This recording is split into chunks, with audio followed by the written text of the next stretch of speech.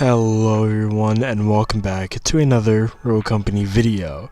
Movement is a major aspect within Rogue Company that everyone should know, and if they want to play the very best, they're going to need to know. Obviously, if you're here, you're looking up some tips and tricks on how to improve your movement, and I promise you I'm going to give you guys some good ones in this video. But before we do start, be sure to hit that subscribe button if you haven't already for daily, awesome, and informative Rogue Company content, as well as follow my Twitter linked below for updates on everything. Now, let's begin. So, this is a given, but standing out in plain sight for the enemy to see is going to get you killed. This means that not only covering, but moving from cover to cover is super important to not only keep you alive, but also get you some kills. This can be super useful when holding positions, but also when running across an open area. If you're booking it straight for the enemy, 9 times out of 10, that's going to be your death.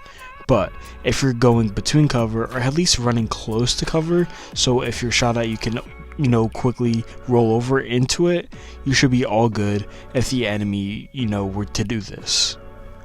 Some may be surprised by our second tip, but that's actually simply using your shoulder swap function. I say surprised because it's either generally known that you obviously have and need this, or it's overlooked as a movement function altogether. So, let's say you're doing our last tip and moving left or right in between covers. Simply doing this from one POV is not going to cut it, and if there's an enemy to the right of the cover and your POV is still facing the left, you'll have no idea that they're even there and about to kill you. Using the environment that each map provides is a tool and is very crucial. If you've ever seen any tournaments or even some of these skilled YouTubers play, they're usually using height, obstacles around them, and all of the other ins and out to their full potential and their pros, and so obviously it's gonna look good on their side, and when you're starting off doing this, it's not gonna look as fluid and as good, but with practice and all of that, it's gonna benefit you a great amount. If you're a little confused on this one, I can give you two separate situations. So the basic player is going to, run after the person, and they're not going to be almost erratic with their movement. They're not going to move side to side, they're not going to jump, none of that. And this is, going to get you killed most likely, and, that's how majority of the players play, especially the new ones. Now, let's say instead you mount up on some cover, roll off to the right side of it, and G-slide. That's a much more unpredictable movement pattern that utilizes your environment. Remember, the high ground is the way to go. It's over, Anakin! I have the high ground!